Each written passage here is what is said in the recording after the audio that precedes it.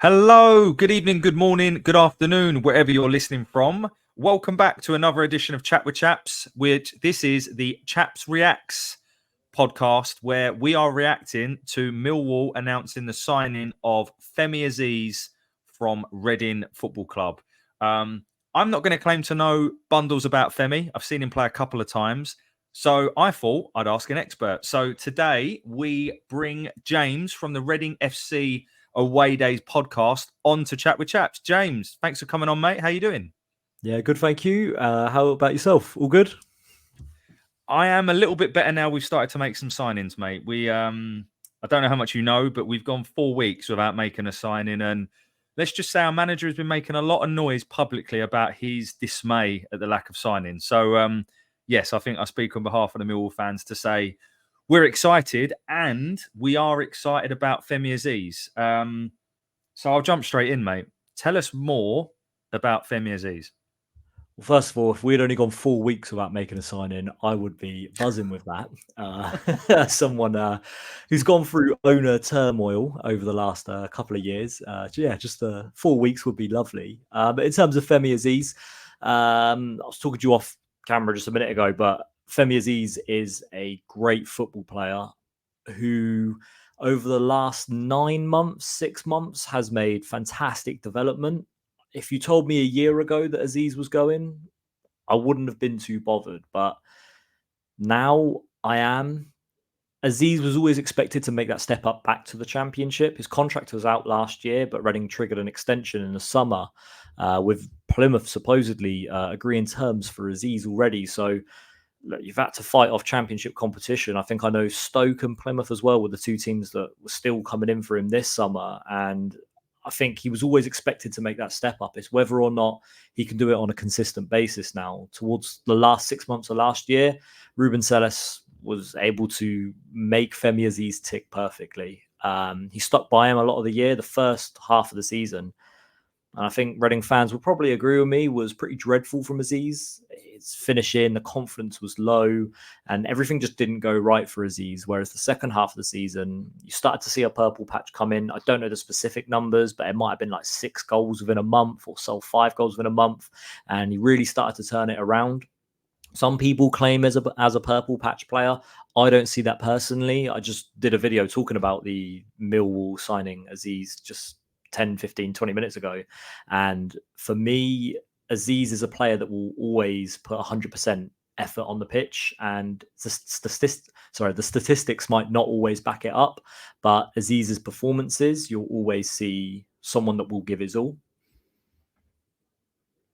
So, yeah. Sorry. And I think that last bit's key, because I think Millwall fans will not accept anything other than that. And I know every club says that, but I think Millwall, especially at home at the Den, if you're not quite putting in the 100% effort, it can become a bit of a lonely place and certainly nowhere you can hide. So that's important. Let's have a quick look at his stats from last season. As you say, a lot of this was towards the back end of the season. So goals, if you're listening on a podcast, I'll just read this out. So goals, 8 goals last season, 9 assists, chances created 71, successful dribbles 51. So they're kind of his key numbers. How accurately would you say those stats reflect his performances last season, James? I think if you go off a basis of an overall season, it reflects it well, because I think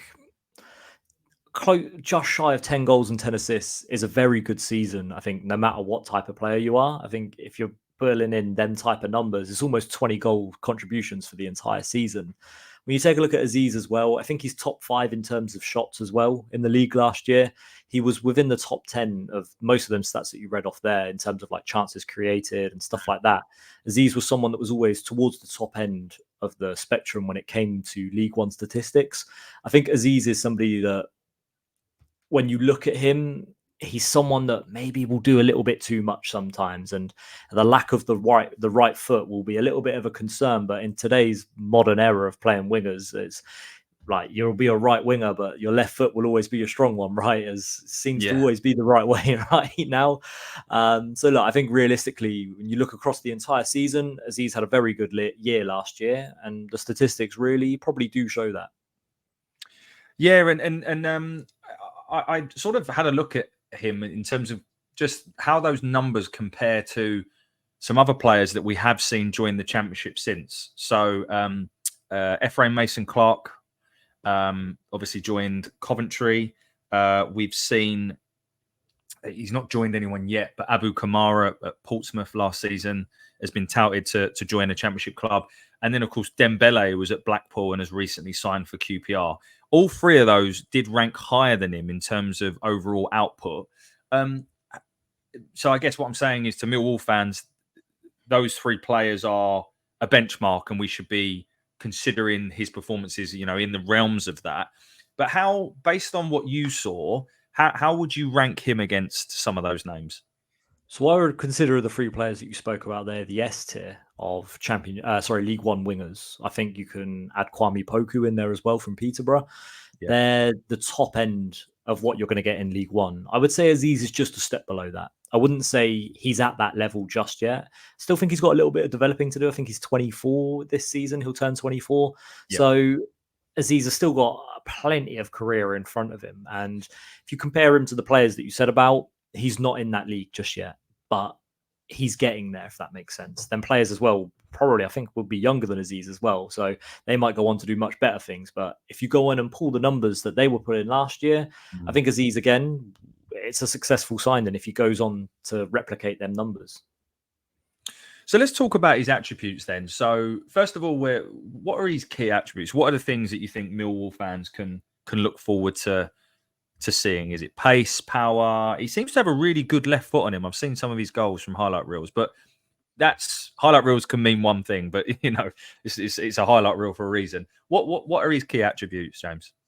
So for me, Azeez is a really good runner with the ball. He's someone that will take a man on. He won't be afraid. If he fails 3 times, he's going to try the 4th. He's going to try the 5th. He's going to keep attacking his defender. He's someone that attacking wise, it's absolutely fantastic. That's where his strengths lie. His left foot, like you said, is a wonderful left foot. He can strike the ball from anywhere. Last year, his goals would have ranged from 25, 30 yards. When it comes to one-on-one finishing, that's where maybe Azeez struggles a little bit. And the same with his right foot. His weaker foot is a weaker foot for a reason. I think towards as the season developed a bit more last year, we started to see it improve a lot more.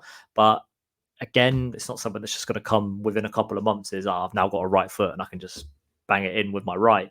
So I think for Azeez, he's going to be someone that you will expect to see attacking more than defending.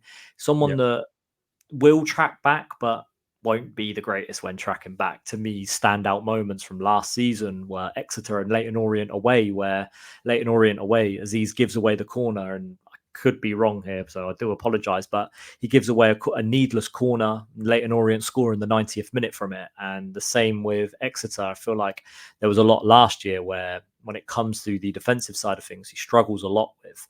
The one-on-one finishing as well last year, he struggled towards the start of the season, and it was something that once Sam Smith was back in the side for Reading last year, you didn't see him really go one-on-one too much with keepers again. So if he's being asked to play down the middle, or if he's drifting into the middle, you might see a couple of times where fans will be frustrated with Azeez because, he's one-on-one with the keeper. 70% of the time you're hoping your striker or your winger will be able to score that situation. Azeez is someone that realistically, maybe a 45, 50% of the time he's going to score them. His one-on-one finishing isn't great, but overall, in terms of attacking, he's someone that is a constant threat. He's someone that can put a really good cross into the box. He's somebody that will attack his defender all the times. He's someone that will have his defender worried that he's coming up against Femi Azeez. So for me, that's Azeez's main key attributes in terms of offensive. He's fantastic. It's just the defensive side of things is the bit where Femi starts to struggle. And I'm right in thinking that predominantly he plays as a right winger. Is that right? With a sort of inverted left foot. Yeah. So majority of the time he was on the right wing. Played a little bit as a striker as well last season. I think he can also play a little bit on the left. He's played across that front three really for Reading, just the entire season. Last year we had a lot of times where the wingers would swap or the striker would go out behind, drop deeper and stuff like that. So he's really fluid in terms of his position where he can play, but predominantly you'd see him on the right wing. Yeah. So I think for Millwall fans, he's probably going to be competition for Romain Esse. We don't really have anyone that can play on the right side. Honeyman can, but let's be fair. We want to be more attacking in front foot this season, so it gives us an option there. It also means that Esse can play in the number 10 if need be. And on the left-hand side, we obviously have Idemo Maku and Duncan Watmore. So gives a little bit more of a dynamic approach to our front line. One of the things that through his highlight reels, James, I've been really impressed with has just been, you kind of touched on it there, just his willingness to run at people and just his pure physical attributes. You know, he seems pretty quick, not like lightning, but fairly quick. And he seems to have, when he runs at players, he runs with a purpose and he seems quite powerful as well. So that's something that I'm particularly looking forward to. Would you say that's a fair description of the way that he plays? Yeah, I would say it is. I think Azeez, again, like I said, he's someone that's got a trick up his sleeve. I wouldn't say he's the fastest of players. He's not the quickest, but he's someone that, you know, unless you're looking at a proper fast right back or a left back, you're going to see him probably beat his man a lot of the time. So yeah, I say it's a fair assessment. Nice. Okay. So we're going to get someone who's tricky, is a constant threat, definitely has room for development defensively, which I'm sure Neil Harris will demand of him, but has got some physical attributes and puts out numbers that Millwall have needed for some time, which is, you know, successful dribbles, just taking a man on. We don't have a great deal of sort of ball carriers in our team. That's something we've been crying out for. Someone that can get us up the pitch, that can just take us 20 yards.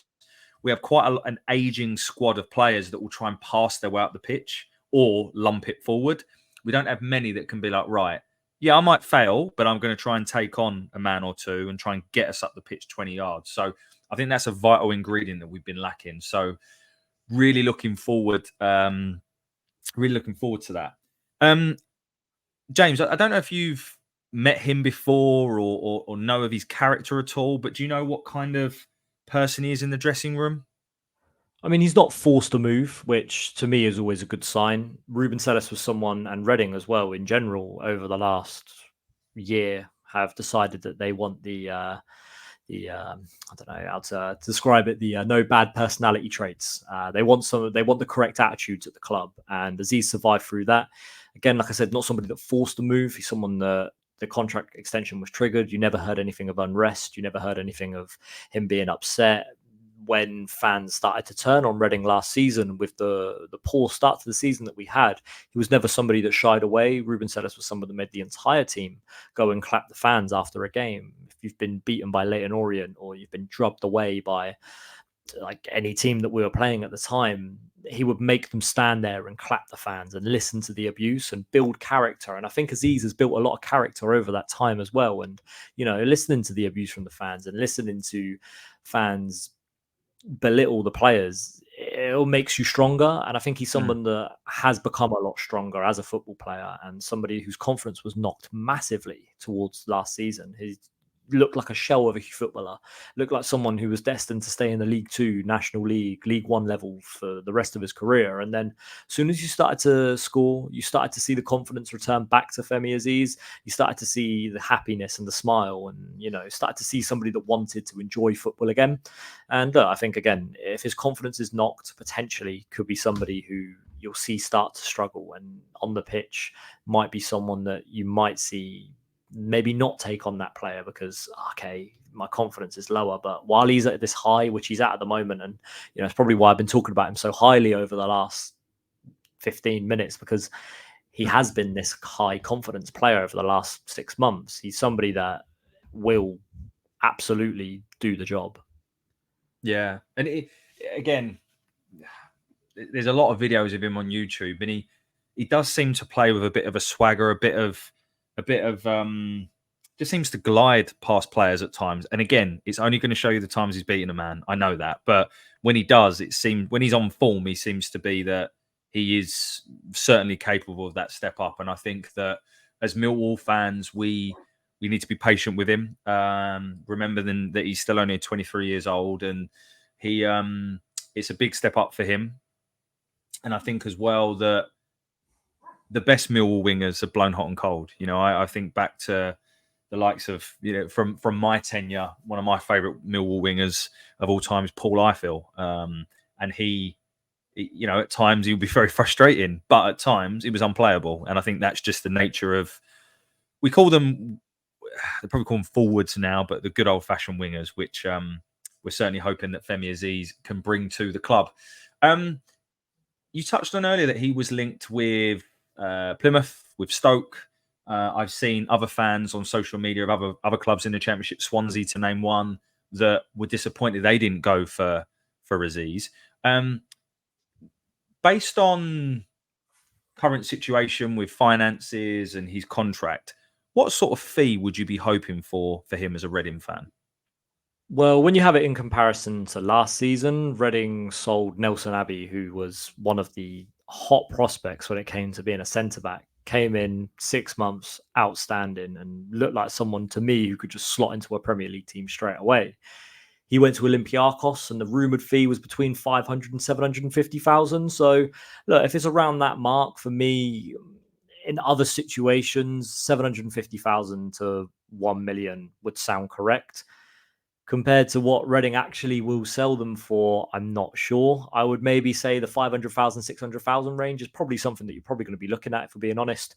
Obviously, all our finances are undisclosed because of the ownership situation and Die Young and Likewise. stuff like that. Yeah, it's just, a pain. But look, realistically, I'd say it'd be around 600,000 if I hazard to have an educated guess. That would be the guess anyway that I would make. Yeah, there'll probably be some sort of sell-on fee as well. Reading seem to always add a sell-on fee at the minute as well. So it wouldn't surprise me if there was a 10, 15% sell-on fee there as well. Sorry. No, absolutely. And that's just sensible business, right? I think as a Millwall fan, I think if we pay anything under $1 million, I think is probably fair for a top-end League One player with potential. And as you say, with a little sell-on fee. So I'm sure neither of us will ever actually know the money that gets exchanged, given our the way that we both do business, but be interesting nonetheless. So how do you replace him? So do you already have a ready-made replacement? I mean, I don't know how true it is, but I know he's been carrying an injury. Or that's certainly been the narrative. And I know he did the lap of honour on his own on the weekend, which was why I was kind of optimistic that we might see something this week. But yeah, how do you go about replacing Azeez? For me, Azeez, like I said, he's not irreplaceable, but he's someone that would be difficult to replace within the side. I think the goals and assist numbers that he was able to provide last year is going to be tough to replicate. Reading have already kind of got a replacement. Mamadi Kamara started the season for Reading. Obviously, Azeez carrying this back injury. He was obviously back on the bench for Saturday's game. But Mamadi Kamara is someone that has slotted into the position. He's not somebody that will play the same style, but he's somebody that's there. There's been rumours as well that Reading today are taking on Sunderland winger Benite. I can't remember the first name for the life of me. I just spoke about him as well just a moment ago, but Benite is somebody who Reading are set to potentially take out on loan. He's someone who, when you look at the highlight reels, is a Costa Rican winger, so South American. He's got bags of pace, lots of trickery. So he's 20 years old, so the lad probably needs a lot of development, but maybe that is somebody they bring in to replace Reading consistently as well. And I stand by this statement, have one of the best youth academies in the country. So we're consistently churning out new players all the time. So for me, there's probably going to be some sort of replacement down the line, maybe an Adrian Akande, someone like that is looking to make that step up this season, impressed in the under-21s last year. And look, Reading have secured European football for their under-21 side, which is crazy to think. So I'm sure there's some sort of youthful replacement to be lined up. So yeah, I'm sure there's someone in the wings. No, I mean, I can only echo. Listen, I'm not going to claim to know bundles about your youth setup, but what I can say is from an outsider looking in, there's definitely more than just Azeez that I would look at and say, oh, we could do with him. I'm not going to try and pronounce his surname, but you have a centre forward Go on, Kelvin you do it, James. Ehibachaman. Him. Yeah, him. Yeah. He's someone The that white I think he's a good player. I don't know whether he's someone that you think could step up to the championship. I think Ehibachaman's been outstanding for the start of this season. He's someone that draws a lot of comparisons to Lucas Schwal, who was previously at Reading. Yeah. He's someone with the ball at his feet is absolutely outstanding, and somebody that is a different type of player with the ball at his feet to Azeez, and again, someone that can rocket a ball in. He's also someone that's a really good finisher. So for me, Ehibachaman's not the total package and not the finished package yet. I think he's 20 years old as well, but he's someone that once this new ownership comes in with Reading is someone that we have to tie down to a new contract quick because, yeah, I think a lot of clubs will be sniffing around for him. Yeah, no, he's been someone that I think that ever since last, I mean, you battered us 4-0, if you remember, which Azeez, from memory, Azeez had quite a good game in that one. But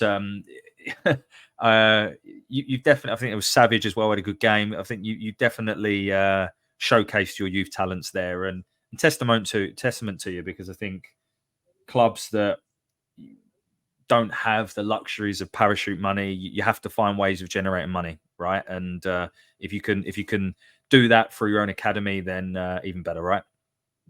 Well, yeah, being a Cat 1 academy is definitely has its benefits. There's been a lot of rumors recently with the new ownership potentially getting rid of that, but the money it generates is something that is irreplaceable to Reading, really. I mean, you look at the likes of Omar Richards going to Bayern Munich, Danny Loader going to Porto. I mean, look at Michael Elise now as well at Bayern Munich, all players that came through this Reading setup, and I'm sure there's a load more that are going to eventually go on to the top as well. So yeah, it's something that it's irreplaceable at Reading at the moment.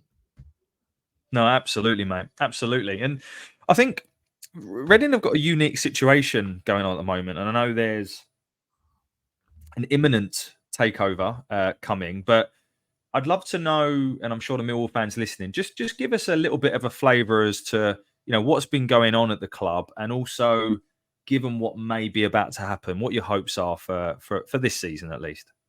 For me, I think stability is the main thing. That's what Reading fans have been crying out for a little while. Dai Young is someone that has recklessly spent at Reading Football Club. I don't think the intentions were always bad, but the outcomes always have been. He's always had the wrong people in his ear. And I think that's the issue. He's always had agents like whispering in his ear, spending close to £10 million on an Inter Milan Romanian striker who goes on to score like a handful of goals, well, more than a handful, but barely any goals. What was his name again? Or was that Puskas? It was Pushkas, because unfortunately he didn't play like the original one, right? Well, yeah, you would have liked to have dreamt of him too, right? But the only reason we sign him is because the owner has a bit of a rivalry, or he's friends with the Birmingham owner and wanted to just one-up him. That's the only reason that the player comes to the club. Lucas Schwal signed for $5+ million, who was a bench player realistically at Sheffield Wednesday, who had, for me, was a very good striker eventually at Reading, had a 20+ goal season, but the reckless spending and the reckless amounts of time where we were just rejecting bids for no reason and giving out ridiculous contracts. Liam Moore being paid 30 grand a week, or more money than Dominic Calvert-Lewin at one point. Like, I know he's not the greatest of player, but a Premier League striker to Liam Moore doesn't make sense. Rejecting £7 million from Wolves for Danny Loader, who eventually goes and leaves 6 months later for free to Porto. Losing Omar Richards for free. Losing Michael Elise for just £7 million. You see the type of players that we're losing and not getting anything in return. I mean, you look at now, you've seen Jadon Philligan at Hull, potentially. I think they were talking about bids coming in from Everton for 30 million. He couldn't lace Michael Elise's shoes realistically. Like, he's a good player, but Michael Elise is someone that is levels above and has gone on to go to Bayern Munich. So, yeah, these decisions and things like that have ruined Reading. The financial turmoil as well hasn't helped. I mean, they've blamed it on COVID, which is ridiculous, but we've had 18 points deductions across 3 seasons, which the only reason we were relegated from the Championship was because of this. Obviously, the performances weren't great, and you can't just blame it on that. But you to take away them 6-point deductions, Reading wouldn't have been relegated 2 years ago. Realistically, the man has ruined the club. He started to asset strip last season and obviously forced the fans to go on and pitch invade. Tennis balls was a big theme last year. Obviously, the pitch invasion getting an EFL game suspended. Yeah, the fans are revolting, and it's time for the Die Young era to end. Well, listen, you know, we're not massive rivals, but you know, footballing rivalries aside, I don't like to see any club go through that. So I do hope that, you know, there is a new era on the horizon for you, and hopefully that that paves its way to a more successful future for you. I also just wanted to sort of ask you a little bit, if you don't mind, about Jake Cooper, because he's now been with us for a long time. And he's gone on to play over 300 games for the club. And I think from memory, we only paid 500k because a certain Yap Stam, who was your manager at the time, didn't want him. You know, what's been your? I'd love to know what your perception was of Jake Cooper when he left the club, and kind of how you might have looked on his career from afar since. The confirmation of Azeez has just happened now as we're live on air. So there's the confirmation of that one. Okay. So yeah, that's just gone through. In regards to Jake Cooper, though, Jake Cooper's somebody who I really liked at Reading. He's someone who Reading were going through a transition where they wanted to play ball-playing centre-backs, and I don't think Jake Cooper's that.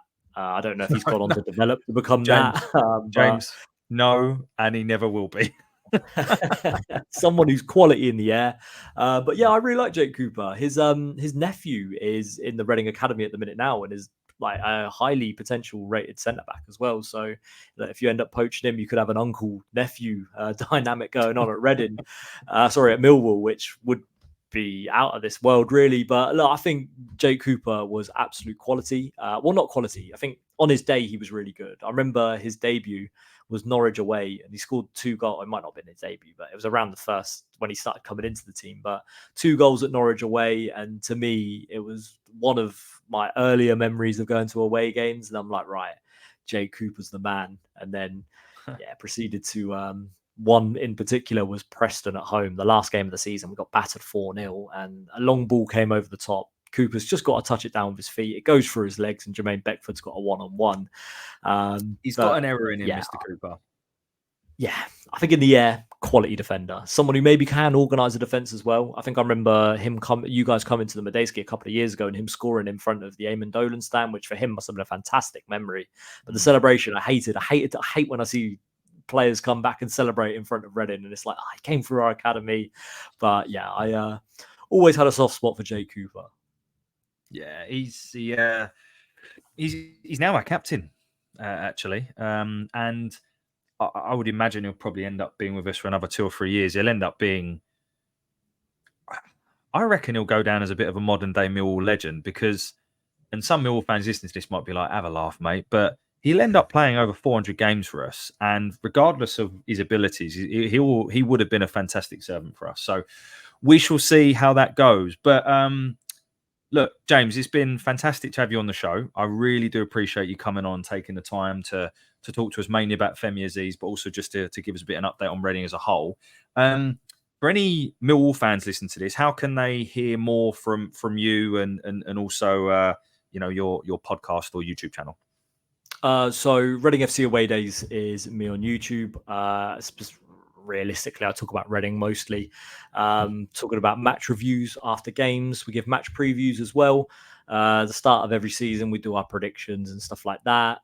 We also take a look back at old Reading matches, so Medeski memories, or I've got a boatload of match day programs, which is too much to go into detail there, but boatload of them where we take a look back at the program, take a look back at the fixture and stuff like that. So yeah, just realistically, it's a lot of Reading stuff, and yeah, I know some people are interested in just hearing football. So yeah, if you're interested in that and interested in hearing how other teams will get on, that's my little plug there. Oh, well, we'll definitely link to you, mate, when we put this video out. I'm gutted because I'm going to put this out tomorrow morning. So as Millwall fans are listening to this, you'll know we recorded it. What's the time now? 8:20 on Wednesday night. But be sure to plug your channel. And also, Millwall fans, James alluded to the fact he recorded something about Femi Azeez earlier. So it'd be good to to listen to that as well. For any Reading fans listening to this, fairly new Millwall channel, and please do give us a like or a subscribe, because we all proceeds this season will be going to Cancer Research UK. So even if you don't like Millwall, which I know there's a lot of people that don't, you'll know that your subscribes and follow is going to a good cause at least. But there you go. James, nothing more to say other than a massive thank you for coming on, and wish you all the best for the season, mate. Nice one. You too. Best of luck for the season. Thanks, guys. Thanks for listening. Bye for now.